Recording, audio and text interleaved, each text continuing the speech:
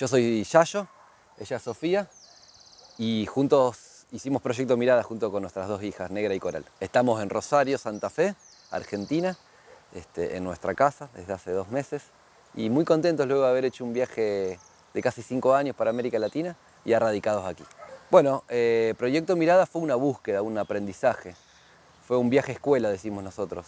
Fue tratar de indagar, de conocer las culturas latinoamericanas, de interactuar con ellas, de valorarlas, de fortalecerlas o colaborar a fortalecerlas a través de la astronomía. La astronomía es un mundo maravilloso que nos abrió puertas y nos permitió hacer de puentes. En tanto viajeros nosotros decimos que somos puentes, que intentamos humildemente llevar la voz de un lado al otro, de una orilla a la otra orilla. Entonces la astronomía nos permitió eso, llegar a las culturas, conocerlas, escucharlas, valorarlas, desandar las palabras con ellas, las historias, escuchar lo que nos dice el cielo también. Y bueno, fue un viaje que duró casi 5 años, fuimos desde Argentina hasta el norte de México y yendo por los Andes, volviendo por el Atlántico. Y en el viaje nacieron nuestras 2 hijas. Sofía siempre dice atinadamente que son hijas del viaje, las niñas, así que pues eso un poquito. Bueno, nosotros decimos que fue un aprendizaje y que sigue siendo un aprendizaje. Yo creo más para nosotros que para la gente, el aprendizaje. Aprender a escuchar sobre todo, ¿no? Aprender a escuchar, abrirse, darnos un baño de humildad. Muchas veces los que tenemos un título universitario o acceso a cierta cultura o a cierto material científico, incluso creemos que tenemos la verdad, que esa es la verdad. En el viaje, por eso decimos que fue un viaje escuela, fue un continuo aprendizaje. No lo logramos del todo, lo seguimos trabajando. Y eso está bueno porque nos plantea un desafío, un compromiso, una responsabilidad. En tanto, nosotros venimos cargados inexorablemente de todo un bagaje de conocimiento que nos dio, entre otras cosas, la academia o la universidad. Y en el viaje decimos que en un momento, no fue puntual, pero fuimos aprendiendo a valorar, a dimensionar esos conocimientos locales. Y eso fue quizás el aprendizaje más lindo del viaje, de decir o pensar que no hay una verdad y que no es la nuestra. No quiere decir que antes del viaje teníamos esa idea de, como tú dices, de enseñanza unilateral, unidireccional, vertical. Pero por eso nos gusta creer que es un proceso de aprendizaje circular y que es continuo. Que antes del viaje ya veníamos trabajando en ese sentido, pero en el viaje fue un golpe muy fuerte porque, como tú dices, las culturas, sobre todo rurales o indígenas, cargan con ese bagaje de conocimientos muy fuerte, muy vigente todavía en la vida cotidiana, que aquí en las ciudades grandes por ahí no es tan palpable. Entonces fue un golpe muy fuerte y afortunadamente, digo, fue un golpe muy sano de esto, de darnos un baño de humildad y decir, bueno, está bueno tu conocimiento y aquí está el nuestro también. ¿Cómo hacemos para que dialoguen? El cielo es uno. Las leyes físicas que hay sobre el cielo son las mismas para todo. Lo que cambia son las interpretaciones que hay sobre el cielo y el uso que se da de la tierra de ese cielo. Entonces nosotros, lo que fue para nosotros nuevo fue poder comprender y observar eso en la vida cotidiana, cómo realmente sucede, cómo de verdad pasa que de acuerdo a las lunas hay un calendario que ayuda a la organización social para su agronomía o para su agricultura, para todo eso. Nosotros lo que aprendimos también son sobre los mitos que cada pueblo tiene, sobre los acontecimientos que van pasando como eclipses, como una lluvia de meteoritos, o cómo ven a las estrellas de acuerdo al cielo que tienen, si es más húmedo o es más seco, y cómo esa información la usan para que les pueda servir. Pero los principios físicos son los mismos siempre, acá, allá, en todos lados. Nosotros con lo que venimos a nuestra queja, lo que tratamos de apoyar es que esa forma de conocer el cielo no se quede solo en esos principios físicos, que no se sobrevalore eso, sino que en realidad lo importante es para qué nos sirve conocer el cielo en nuestra vida en la tierra, para qué le puede servir a una comunidad, a una familia, a un grupo de personas. En cuanto si hubo algo significativo que nos haya mostrado la gente de las comunidades, que nos haya repercutido, significado, no sé. Yo creo que más que algo puntual fue esto de ver la vigencia que tienen los conocimientos ancestrales y, y cómo ellos, sostienen, mantienen un conocimiento que nosotros coincidimos, que es el que nosotros traemos, que tiene que ver con la física moderna, que son los conocimientos científicos, pero además se suma lo mitológico, lo cultural y dialogan de manera no contradictoria, ¿no? Para mí eso es maravilloso y ellos tienen un sinfín de conocimientos y de aplicaciones del cielo en la tierra y bueno, todas son útiles en términos prácticos, pero sobre todo valorables en términos culturales, más allá de si se puede verificar científicamente o no. Sí, que después, que sí, que es así. Sí, nos asombraron algunas cosas de que fuimos conociendo, por ejemplo, en la zona andina conocimos cómo aprovechando la visibilidad de las estrellas podían darse cuenta si el clima iba a estar húmedo o iba a estar seco, porque mientras mayor humedad se distorsiona el brillo de las estrellas, cuando está más seco se ven con mayor nitidez. Entonces, nosotros nos enseñaron que cuando el clima está seco permite hacer un congelamiento de las verduras, de las papas que ellos usan y pueden aprovechar, entonces las congelan, las aplastan, las hacen polvo y hacen una comida que se llama chuno, chuno que se puede guardar durante años, durante mucho tiempo. Entonces es una forma de ir juntando los alimentos cuando se puede, en buena época. Esas cuestiones que uno no conocía y bueno, dice, claro, sí, es verdad, qué buen uso que se le dio. Después las constelaciones, que son formas de significar el cielo, de interpretarlo, y la relación que tienen con la, vamos a decir, con la idiosincrasia, con la cosmovisión de ese pueblo, ¿no? Con la cosmogonía.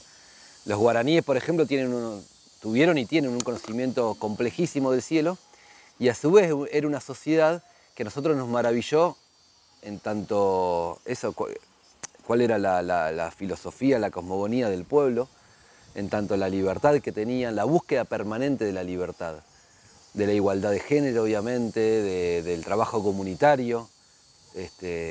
Esto del trabajo comunitario es quizás un común denominador para todas las culturas, ¿no?, originarias. Pero los guaraníes tenían un concepto de la libertad fascinante, fascinante. Y ellos estaban en permanente lucha, incluso con enemigos externos e internamente hacia ellos, ¿no? Y eso tenía, o sea, la astronomía era parte de eso. Entonces nosotros lo tomamos como algo así, no como algo separado, independiente, ¿no?, de la cultura. Nosotros lo que nos maravilló en ese caso fue la cultura guaraní, qué significado. Es decir, el lenguaje guaraní, por ejemplo, la lengua guaraní, también tiene relación con esa búsqueda de la libertad que podemos decir es la síntesis del pueblo guaraní. Y la astronomía, en tanto ordenamiento de la vida social, también tenía que ver como tenía significados con esa búsqueda de la libertad. Y bueno, así otros pueblos también, ¿no? Nosotros usamos la astronomía como una excusa también, una forma, un lenguaje, digamos, de que la gente, las personas con las que trabajábamos pudiesen también desarrollar la observación y la conciencia sobre el propio espacio que a veces uno en esta cosa rápida de la vida olvida. Entonces buscamos algunas técnicas, algunas formas de que los chicos puedan comprometer también lo que sienten, lo que piensan y lo que viven todos los días. Una actividad era, por ejemplo, que habíamos armado unas grandes ventanas con unos pequeños agujeritos en donde la consigna era salir a mirar. Empezar a preparar el ojo para mirar hacia arriba, luego al cielo, pero primero mirar en eso que tenemos acá en la tierra, abajo, todos los días. Y las consignas podían ser a ver qué vemos, lo más lejos que vemos, lo más cercano que vemos, y todo eso lo íbamos registrando con la palabra, con grabadores para después escucharlo, o con dibujos, o con escritura. Entonces, después a veces dibujaban en la misma ventana, a veces íbamos nosotros con el grabador y ellos iban contando lo que veían. Y era grandioso porque cuando se detenían a mirar o a sacar una foto sobre eso que veían y después mirábamos las fotos bien grandes, empezaban a aparecer un montón de palabras, para nosotros muy nuevas, porque tenían que ver con el bichito que había ahí, con la plantita, con que nosotros no conocíamos, que ellos sí, y que después iban desarrollando. Dicen, bueno, esta planta se llama así, y otro decía, y sirve para tal cosa, y acá la usamos para esto. Entonces, todo ese lenguaje empezaban a contar, y ahí podía venir una anécdota también de alguna cosa que les haya pasado con eso, o un cerro que veían muy lejos, una montaña, entonces podían contar para su comunidad qué significaba esa montaña, el nombre, por qué se llamaba así, si alguna vez fueron, eso. Lo que nos lanzó a realizar este viaje fue ni más ni menos que esa búsqueda permanente que es la vida, esa motivación por aprender, por crecer, el viaje escuela, ¿no? Conocer otras culturas, también para poner en perspectiva la vida de uno, la cotidianeidad de uno y a través de esa perspectiva poder tener otro punto de vista, ¿no? Nosotros en algún punto fue un viaje egoísta, ¿no? Que quisimos hacerlo para nosotros primeramente. El tiempo era indeterminado, incluso fuimos un poco ilusos pensando en los plazos, se demoró mucho más de lo que teníamos previsto originariamente. Pero fue más que nada eso, conocer otras culturas, conocer otros pueblos y crecer como personas. Respecto a si hubo algo que nos haya activado esa motivación por viajar, yo creo que fuera una sumatoria de cosas. Yo personalmente había viajado 2 años por Latinoamérica, después de leer Las venas abiertas de América Latina de Eduardo Galeano, que para mí fue una Biblia en ese momento, más que una Biblia.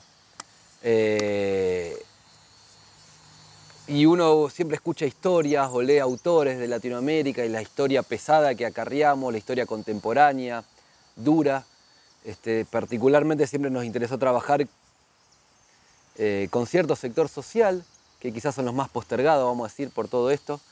De hecho, nos conocimos trabajando también aquí en un barrio haciendo trabajo social. En ese barrio... Yo creo que nos interesa mucho, siempre nos importó mucho la educación y la política. Entonces, salir de viaje era una forma de conocer qué está pasando en este mundo, poder tener más elementos para entender. Queríamos también conocer, él había estado en México conociendo el zapatismo y queríamos conocer experiencias de organizaciones políticas para también sumar esa experiencia a nuestra vida y ver cómo lo podíamos trasladar de alguna manera en nuestro lugar de origen. Donde hacíamos trabajo, donde trabajábamos, colaborábamos, un barrio de gente indígena que viene del interior de Argentina, del Chaco puntualmente, la comunidad comunidad Toba. Allí había una mujer, la Doña Negra, así le llamábamos, que queríamos mucho, porque falleció hace unos años. Y uno, no sé si a través de su palabra o de su mirada, porque era bastante silenciosa, tenía todo, o teníamos toda una incentivación, un incentivo por conocer cierta vida que acá en la ciudad no la conocíamos, no la llegábamos a comprender. Que tenía que ver con la ruralidad, con la comunidad, con la pluralidad, con la humildad, con el trabajo en la tierra, con el trabajo codo a codo. Y esta señora a la que queríamos mucho para nosotros significó bastante. Yo no sé si conscientemente decidimos viajar por Doña Negra, pero yo creo que sin duda ella fue una motivación, ¿no? Comprender o preguntarnos si hay otra alternativa a esto que conocemos. No como algo cerrado, como dice Sofía, no es algo antagónico ciudad-campo o capitalismo-socialismo, no esos términos, por lo menos no lo pensábamos así, pero sí creer que hay otra alternativa que quizás tiene que ver con mirar al vecino y plantear una solución junto al vecino, no por sobre el vecino, por sobre el compañero, sino juntos. Y afortunadamente, y esto es un mensaje que para nosotros es positivo, no tenemos, a ver, sin vueltas, para nosotros fue muy esperanzador darnos cuenta que en América Latina se piensa la realidad desde otro lugar, se piensa la realidad junto con el de al lado, a la par. Nosotros veíamos eso en el brillo de la mirada de Doña Negra, si se quiere, no con esas palabras, no tan romántico, pero sí, Doña Negra era una esperanza de que no todo estaba perdido. Y ella estaba acá, estaba en un barrio muy humilde, muy precario, en una ciudad que es salvaje, que es terrible, que es durísima para con los indígenas, para con los villeros, y le ponía el pecho todos los días. Y encontramos eso, así que ahora el desafío es, bueno, Yo creo que lo que Doña Negra sintetizaba una mujer de campo, indígena, que estaba viviendo en la ciudad de una forma en lo que como se vive ahora la gente, que vive ahora la gente pobre, pero ella trae otra forma de vida que es muy rica y que la han aplastado. Esa forma se fue cortando ya.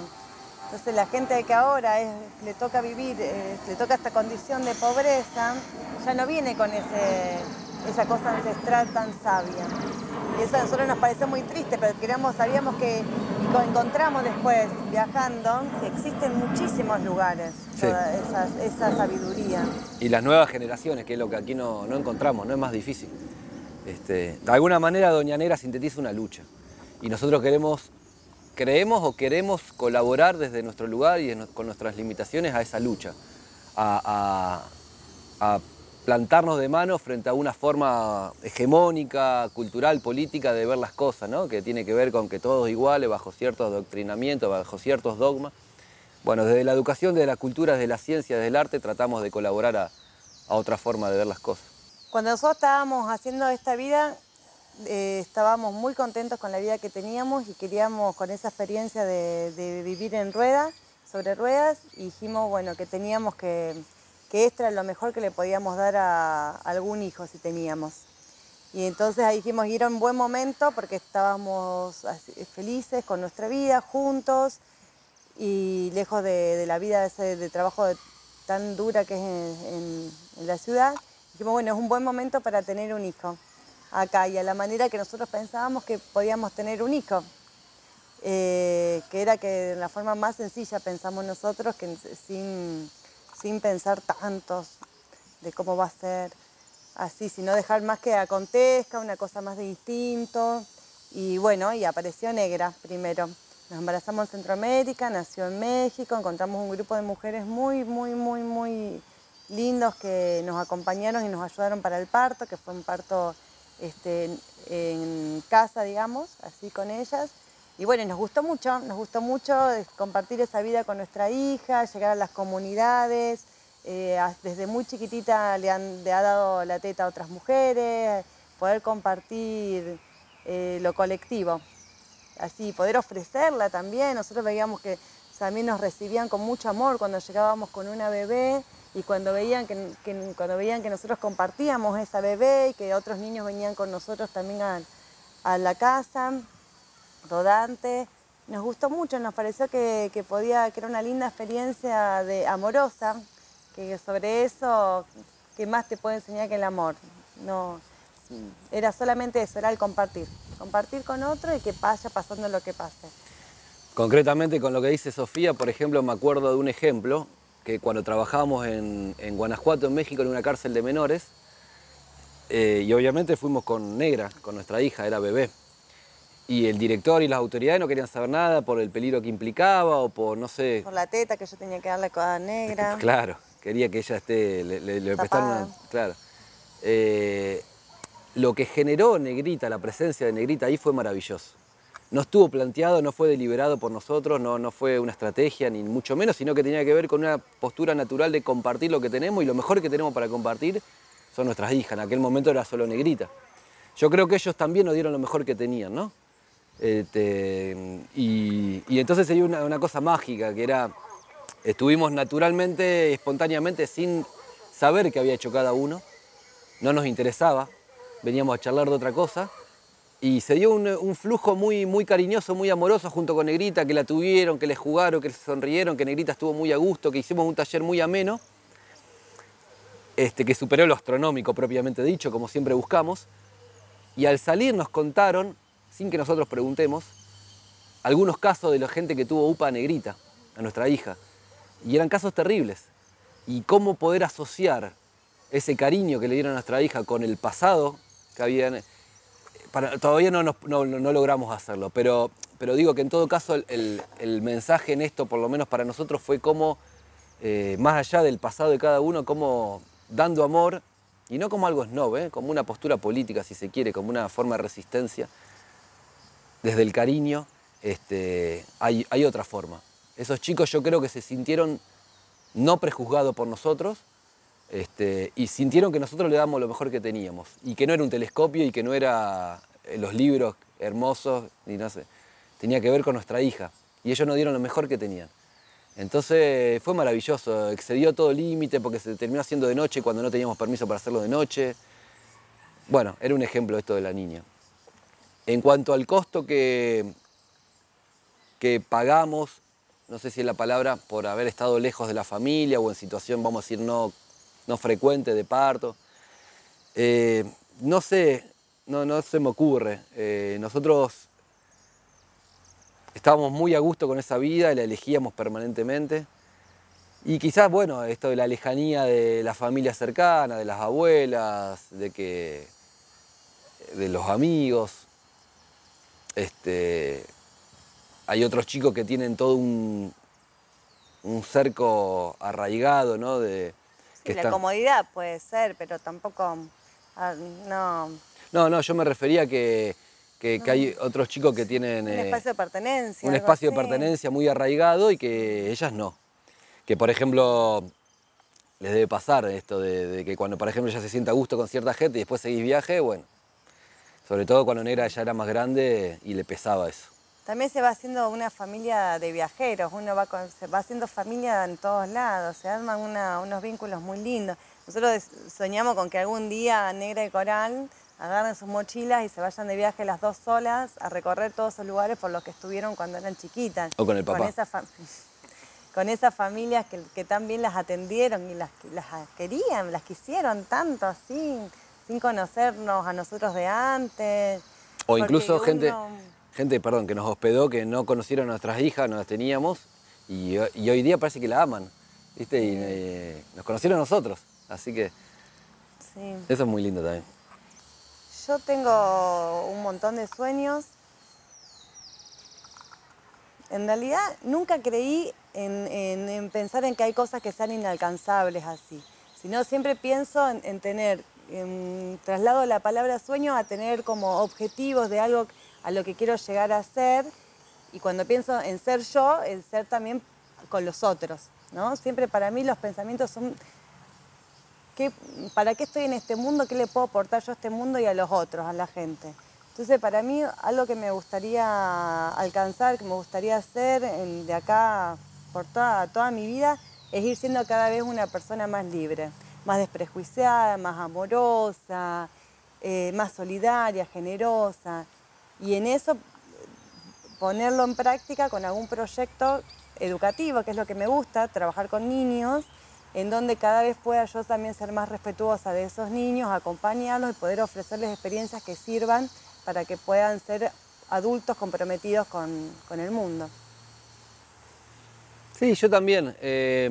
Ahora esto que yo te decía, que el viaje tan bonito y tan maravilloso nos plantea el desafío y la responsabilidad de socializarlo, los conocimientos y los aprendizajes. Nosotros decimos que somos afortunados en poder haber hecho ese viaje y que ahora tenemos la responsabilidad, y la asumimos con alegría, no como un peso, de ser puentes, de que no queden nosotros, de colectivizar el sueño.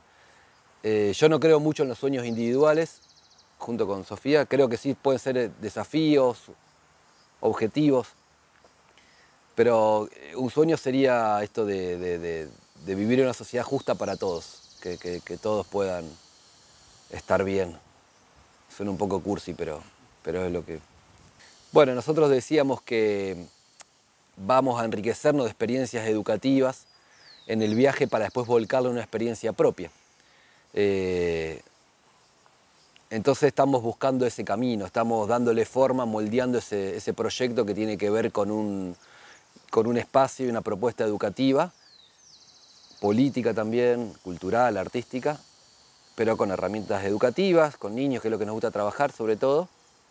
Venimos haciéndolo con tropiezos y errores, pero venimos medio desde que llegamos haciéndolo, a través de los talleres de astronomía.